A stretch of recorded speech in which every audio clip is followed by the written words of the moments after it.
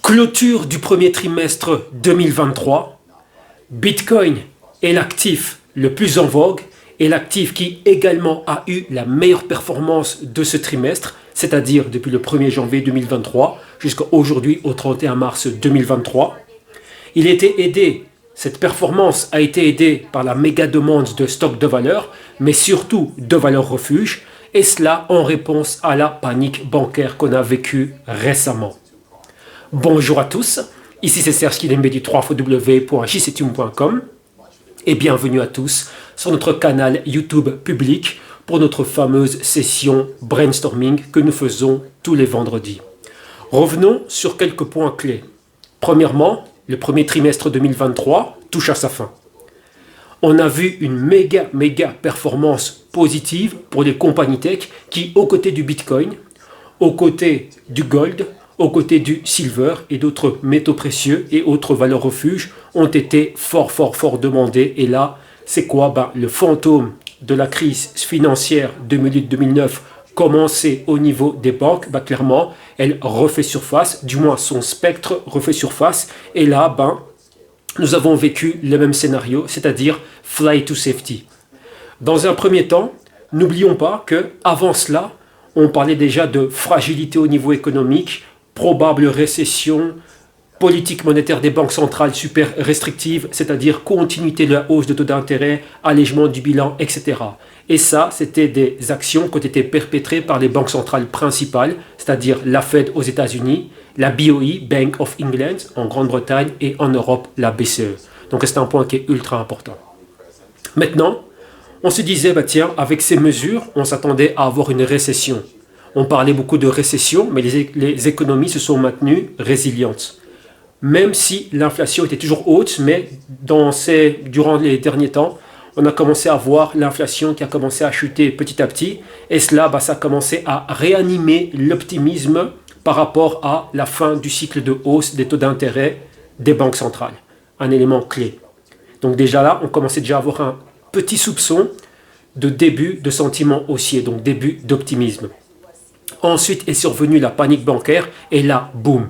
Donc là, on a eu d'un autre côté le hedge anti-inflation, on a eu d'un autre côté la spéculation quant à la fin du cycle de hausse des taux d'intérêt des banques centrales et pas mal d'autres éléments. Le slogan Bitcoin a été entonné très fort cette fois-ci, c'est-à-dire Satoshi Nakamoto avait raison, Bitcoin est un hedge anti-inflation, il nous protège réellement, il est meilleur que le gold, il est en dehors du système financier centralisé et traditionnel et voilà. Maintenant, on en est là. Donc, célébrons le premier trimestre, ça c'est bien. La clé, c'est que l'année 2023 est longue. On n'a vécu que les 3 premiers mois, il reste encore 9 mois et il peut se passer beaucoup de choses. Revenons sur les points clés.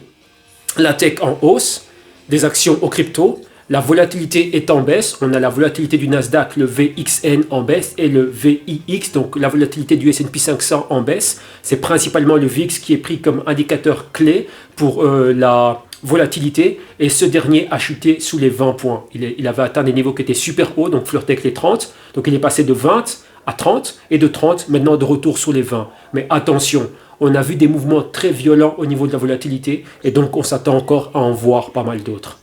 Petit indice et petit bonus Intel, ce mois d'avril, nous n'aurons pas de FOMC. Donc, une réunion lors de laquelle les cadres de la Fed décident de la politique monétaire, c'est-à-dire la hausse de taux d'intérêt. Il n'y en aura pas en avril, ce sera en mai. Donc, durant le mois d'avril, on s'attend à ce qu'il y ait une continuité, on va dire, de ce momentum haussier. Pourquoi ? Il n'y aura que quelques commentaires et interviews de banquiers centraux ici et là, mais pas véritablement une politique, enfin une décision de taux d'intérêt où cette action pourrait impacter les marchés. Donc ici, les marchés pourraient se maintenir en lévitation, c'est-à-dire être flat ou continuer avec le momentum optimiste, donc continuer à être haussier. Voilà en gros à quoi nous nous attendons. On a parlé de la volatilité. On a parlé du Dixie, l'indice du dollar qui est baissier aussi. Il était aux alentours des 114 au début de l'année. Il a atteint les 105, 104. Il a stagné là durant pas mal de temps. Et cette semaine-ci, il a atteint les 102 points, voire les 101 points. Et on s'attend à ce qu'il atteigne les 100 points. Et d'un autre côté, on a le rendement obligataire, donc le rendement des bons, c'est-à-dire le yield des bons. Et là, selon moi, selon mes analyses, c'est quelque chose qui est très mixte. Beaucoup de gens ne le savent pas, enfin beaucoup de participants, on va dire non initiés et très peu expérimentés, ne connaissent pas réellement l'intel qu'il y a dans le marché obligataire, donc dans le marché des bons. Et pour faire court, le yield, donc le taux d'intérêt des bons, est un proxy des politiques monétaires de la Fed. Donc du bon de 1 mois au bout de 30 ans, c'est très très important de comprendre l'info et les signaux que nous renvoie le bond market. Et ici, nous avons le 2-year, donc le yield de la note à 2 ans, qui est toujours aux alentours des 4%. Elle était au-delà de ce niveau, elle avait touché les 5%, elle a atteint les 4% à nouveau, elle a chuté sous les 4% et dernièrement, elle est revenue aux 4%.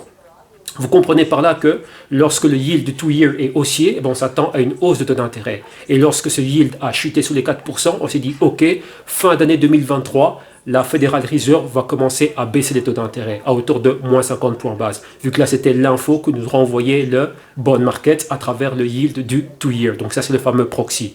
Maintenant, on a vu le yield de baisser et le yield de récupérer les 4%. Maintenant, on est confus. Donc, vous voyez en gros pourquoi est-ce qu'on est ultra focus et on est clairement suspicieux de ce mouvement haussier que nous avons maintenant. Pourquoi? À court terme, on a une célébration, donc les marchés sont haussiers, mais à moyen terme et à long terme, on se dit, c'est peut-être pas trop ça. Donc on va attendre, mais on va attendre quoi? Le mois d'avril, ça va être un mois qui est très chargé. Déjà au niveau Intel, l'Intel provenant des données macroéconomiques qui vont être publiées, donc l'inflation bien évidemment, révision de la croissance donc du PIB et d'autres éléments comme ça. On va avoir des données des PMI des services, PMI manufacturiers, j'ai déjà cité l'inflation, mais l'inflation pour le consommateur et l'inflation pour les producteurs, l'emploi et le taux de chômage. Tout ça, ça va être des éléments qui vont être super importants. Et bien vraiment, le tout aux côtés de commentaires et interviews de banquiers centraux. Bien qu'aux États-Unis, on n'ait pas de FOMC, mais il y a le reste du monde aussi. C'est un élément qui est super clé, donc savoir ce qui va se passer en Chine, données économiques, banque centrale, etc. Japon, super important. La zone euro, super importante. Et bien vraiment, la Grande-Bretagne. Donc là, je vais arrêter ici. Donc là, je vais préparer la session Pro Market pour nos insiders. Donc là, ce sera publié à la clôture des marchés US. Nous, ici sur YouTube, on va se retrouver la semaine prochaine et on va tenter de mettre en avant d'augmenter la fréquence de nos sessions brainstorming. On va voir en fonction de mon emploi du temps, etc. Mais on va faire des mini-sessions pas trop longues, 15 minutes grand maximum. Ça, c'est le temps que je peux consacrer à YouTube. Et on va apporter un peu d'Intel. Ça va servir premièrement pour nos insiders. Donc là, avant les grosses sessions que nous publions tous les jours, ils auront, on va dire, une mini-session quotidienne pour voir en gros qu'est-ce qui est en train de se passer et ils savent déjà à quoi s'attendre lors de la publication de nos grosses sessions. Et pour le reste de la communauté YouTube, ceux qui veulent apprendre, être au courant de ce genre d'éléments, voir comment on pense au niveau macro, etc. Là, ça va être de l'éducation et de l'information pour vous. Okay? Donc voilà, un grand merci à vous tous. C'était Serge Kidembe du www.jctune.com. Venez en interne si vous voulez. Nous avons lancé les souscriptions mensuelles.